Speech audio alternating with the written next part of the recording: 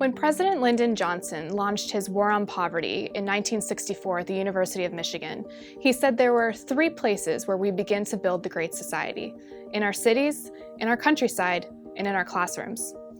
That speech marked the beginning of more than half a century of federal spending on education programs from preschool through graduate school.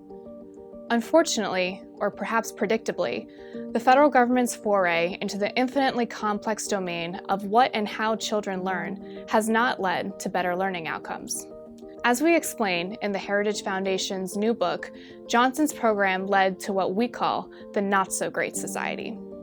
In early childhood education, the federal Head Start Preschool program, launched as a part of the War on Poverty, has had little to no impact on parenting practices or the cognitive, social, emotional, and health outcomes of children. In K through 12, the achievement gap between disadvantaged students and their more affluent peers remains the same today as it was in 1964. Affluent students are still 4 years ahead in learning. And in higher education, 5 decades after the Great Society got the federal government into the business of guaranteeing student loans, Americans hold more than $1.6 trillion in outstanding student loan debt. And the irony? 44% of recent college graduates are in jobs that don't require a college degree. So what's to be done? In education, the first step is a bold one: get Washington out.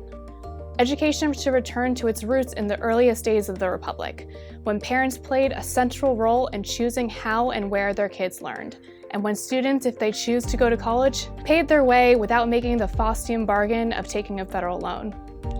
In other words, the Department of Education should no longer be a cabinet-level agency. Our new book devotes an entire section to solutions at the pre-K, K-12, and post-secondary levels. Heritage has solutions to help lawmakers and education officials at all levels. But more importantly, we offer ways to help parents and students and give every child great learning options that prepare them for life.